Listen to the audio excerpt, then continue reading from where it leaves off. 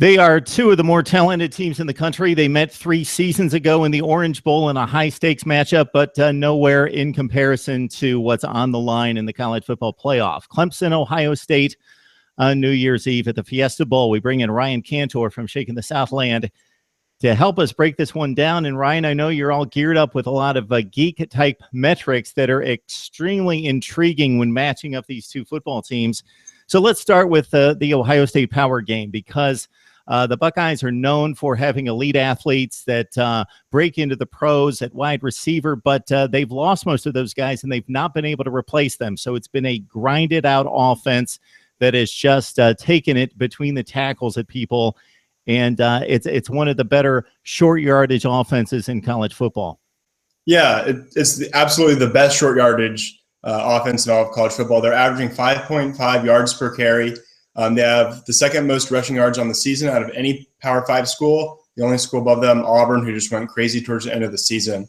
In short yardage situations on 3rd and 4th down, they're converting those into first downs or touchdowns 87% of the time. That's number 1 in the country. It's more than 20 percentage points better than Clemson. It's unbelievable. If they could stay on schedule, give themselves 3rd and short situations, nobody in the country is better at converting, turning them into points, grinding out drives, and winning games. That's what Clemson has to stop. They can't get in those situations, or they will not win this game. And it's been against a pretty stout schedule when you talk Oklahoma out of conference, but specifically in the Big Ten, Wisconsin, Michigan, Michigan State, and Penn State, of course.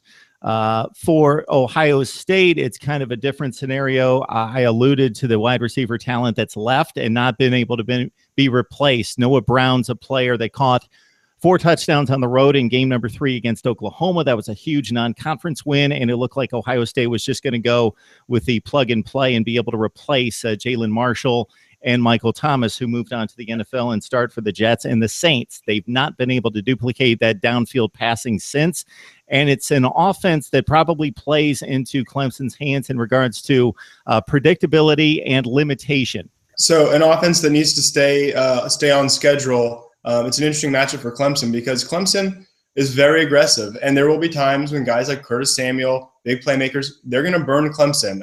It happens every game. Clemson will give up a few big plays, and that's not because Clemson's defense is bad, because they're not. It's a risk-reward situation. Clemson's going to bring heat, they're going to bring pressure, and they will get a few sacks. And when you're doing that against a team like Ohio State, who really needs to grind it out, you put them in 3rd and 8, you put them in 2nd and 12. That's worth the risk of giving up a few big plays. If you can get the ball back to Deshaun Watson and company quicker and give more possessions, that's much better than finding yourself trying to defend 3rd and 2 against Ohio State with their offensive line, their running backs. You're not going to win that way. So I think Brent Venables, the way he coaches defense, bodes well for Clemson in this particular matchup against the way Ohio State plays. Ryan, we've talked about it a number of times in recent years. Dabo Swinney taking over at Clemson, one of the big upgrades has been just the constant influx of dominant defensive linemen. Dexter Lawrence this year, Carlos Watkins, Christian Wilkins. These are guys that even though you lost like 8 or 9 starters on defense, and we saw how devastating this pass rush was against Oklahoma in the playoff last year, you pretty much replaced the pass rush that you had last year, and Clemson is stout up front, and that's an Ohio State weakness. The one loss to Penn State, and Penn State athletically nowhere near Clemson in terms of the front 4. The front 7 was really able to stymie Ohio State's offense up front in the second half. Brent Venables, defensive coordinator, won the Broyles Award for being the top assistant in the country. Very deserving. 2 guys who don't get enough credit: Marion Hobby, our defensive ends coach; Dan Brooks, our defensive line coach. You see our star players leave. They go early in drafts, like Kevin Dodd, Vic Beasley, who's, I believe, is leading the NFL in sacks now. And they replace them every year. Sure, they bring in great recruits, and that's a huge part of it.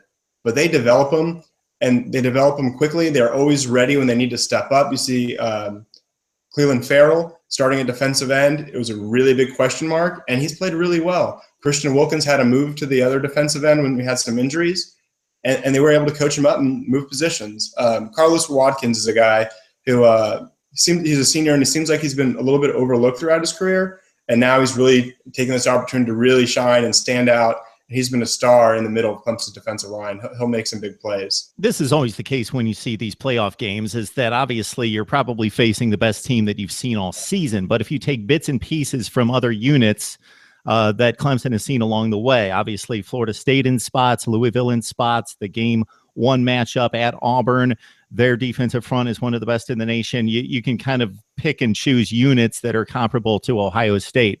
The matchup, Ryan, that I think is extremely intriguing and is just freakishly off the charts in regards to athleticism and guys that will move on to the next level, is another spot that Clemson has developed as well, if not better than anybody in the country, and that's at wide receiver. So despite Mike Williams coming back into the fray, you're like 5 or 6 deep at wide receiver, and it's probably the best unit in the country. And Ohio State, despite some youth in the secondary, maybe the best secondary in the country. Yeah, it's funny we're talking about how great Clemson's wide receiver core is, because start of the season there were a ton of drops, Auburn and Troy, and we were wondering how in the world is this wide receiver core not that great. And now here we are at the end of the year, and they look fantastic. Hunter Renfrow comes up with the clutch catches. Mike Williams carries Gamecocks on his back into the end zone.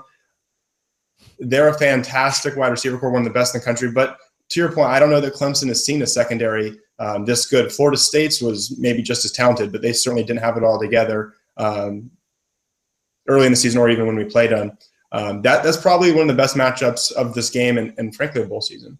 The thing that can't be predicted is Urban Meyer's considered one of the great big game coaches with a lot of time to prepare. But in a shorter track record, Dabo Swinney is built up a resume that's very similar in regards to being a very formidable coach in preparing a football team for a big game. So, man, this game just has all the matchups and just extreme talent on both sides. Ohio State's probably a little bit ahead of schedule. They are so young. They are, I've seen by some determinants, the youngest team in FBS football. So they're maybe a year ahead of schedule.